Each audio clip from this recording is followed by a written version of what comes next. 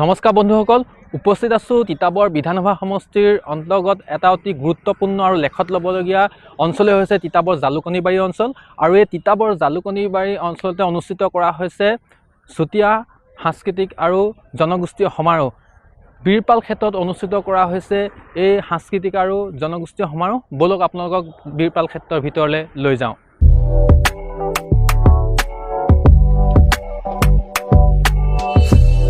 এই মুহূৰ্তত উপস্থিত হৈ আছোঁ তিতাবৰ জালুকনীবাৰী বীৰপাল ক্ষেত্ৰত, আৰু বীৰপাল ক্ষেত্ৰত অনুষ্ঠিত কৰা হৈছে চুতীয়া সাংস্কৃতিক আৰু জনগোষ্ঠীৰ সমাৰোহ। এই মুহূৰ্তত মই চুতীয়া জনগোষ্ঠীৰ যি পৰম্পৰাগত ঘৰ, এই ঘৰত উপস্থিত হৈ আছোঁ। আৰু ইয়াত ভঁৰাল আছে। আমি সকলোবোৰ দৰ্শকলৈ চিনাকি কৰাম। তাৰ প্ৰাক মুহূৰ্তত আমি ইয়াৰ সামগ্ৰিক দৃশ্য দেখাইছোঁ। মই পাঠক দা আছে, পাঠক দা এই অনুষ্ঠানত আপোনাক স্বাগতম জনাইছোঁ। আৰু সুন্দৰ আপোনালোকৰ প্ৰচেষ্টা, সুন্দৰ প্ৰয়াস, আৰু আপোনালোকে সমাৰোহ অনুষ্ঠিত কৰিছে। প্ৰথম অনুভৱটো কেনেকুৱা? আমি চুতীয়া সাংস্কৃতিক এই সমাৰোহখন এই জালুকনীবাৰী বীৰপাল ক্ষেত্ৰত ইয়াত পাতিবলৈ লৈছোঁ। ইয়াত পতাৰ প্ৰথম লক্ষ্যটো হৈছে আমাৰ এই জালুকনীত যথেষ্ট সংখ্যক চুতীয়া লোক বসতি কৰি আছে। ইয়াক চুতীয়াৰ এটা বেল বুলি কোৱা হয়। আৰু আমি সেইকাৰণে ইয়াত এই সাংস্কৃতিক সমাৰোহখন এইবাৰ ইয়াত পাতিবলৈ ল'লোঁ।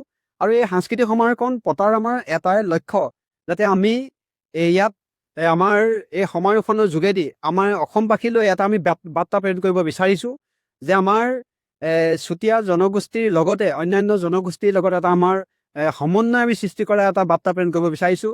অসমত বসবাস কৰা প্ৰত্যেকটো জাতি জনজাতিৰ লগত আমাৰ সমন্বয় সৃষ্টি হওক।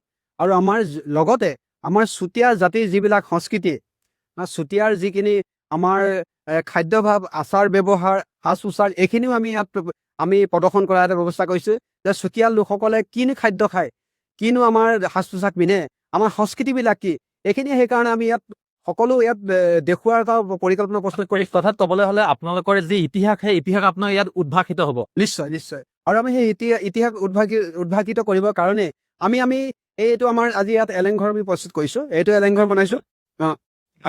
এইটো এলেংঘৰ বনাইছোঁ আমি। ইয়াতে আমাৰ কি হ'ল, আমাৰ চুতীয়া জাতিৰ যিসকল আমাৰ মূল দায়িত্বত থাকে, সেইসকলে আহি ইয়াত যেতিয়া বেলেগসকল লোক আহি ইয়াত যেতিয়া আলোচনা কৰিবলৈ আহে, কিবা এটা কথা আলোচনা কৰে, তেতিয়া ইয়াতে বহি তেখেতলোকে আলোচনা কৰে। এইটো এটা সেইকাৰণে এলেংঘৰ বুলি কোৱা হয়। নামটো কি? দৰ্শক জনাইছে এয়া হৈছে চুতীয়া জনগোষ্ঠীৰ লোকসকলৰ পৰম্পৰাগত এলেংঘৰ। আৰু এই এলেংঘৰতে পূৰ্বপুৰুষসকলে ইয়াতে তেওঁলোকৰ আলোচনা কৰে, যিকোনো সিদ্ধান্ত ইয়াতে লয়। মিটিঙতে হয়। আৰু আমি যদি আমাৰ এইটো আমাৰ ভঁৰাল গৃহ, আমাৰ এইটো আমাৰ চুতীয়া জাতিৰ এইটো আমাৰ এটা ভঁৰাল গৃহ। এই গৃহটোত আমাৰ কি হয়, আমাৰ ইয়াতো সকলোৱে জানে ঢল ধেমনি ক'লে ধান থয়। আমাৰ এইকালে কি আমাৰ প্ৰত্যেক ঘৰ গৃহস্থী চুতীয়া লোকসকলে প্ৰত্যেকৰ ঘৰে ঘৰে এটা ভঁৰাল গৃহ থাকে।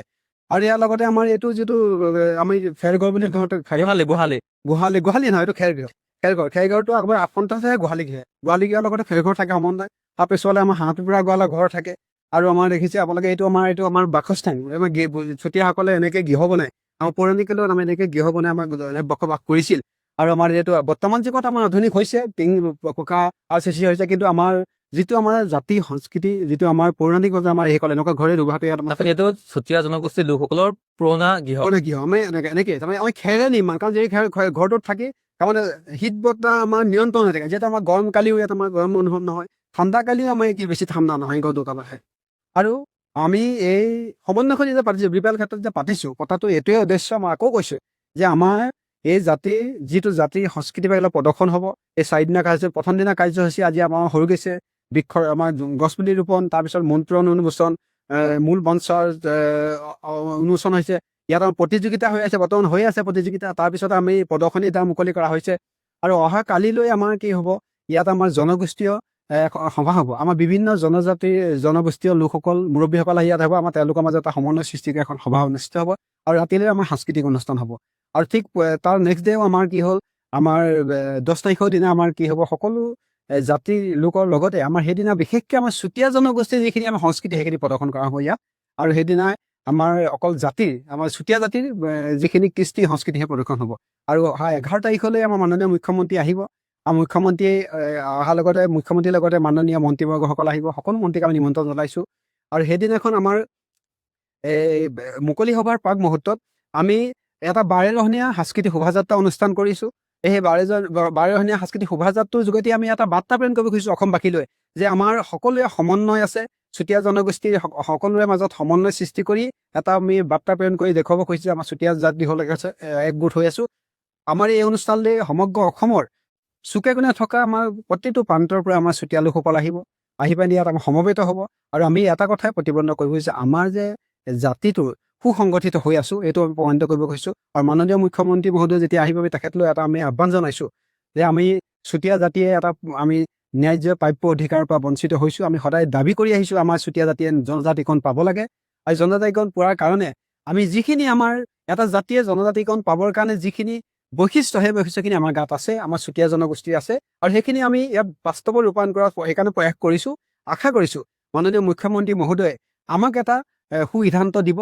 আৰু তেখেতৰ মুখেদি এটা কথা আমি জানিব সদায় আশাবাদী মুখ্যমন্ত্ৰী মহোদয়ে আহি আমাক এটা সঠিক সিদ্ধান্ত দিব যে চুতীয়া জাতিৰ জনজাতি পাব লাগে, চুতীয়া জাতিৰ লোকসকলক আমি ন্যায্য প্ৰাপ্য অধিকাৰ পৰা বঞ্চিত কৰিব নালাগে। এয়াই আমাৰ লক্ষ্য। ধন্যবাদ জ্ঞাপন কৰিছো।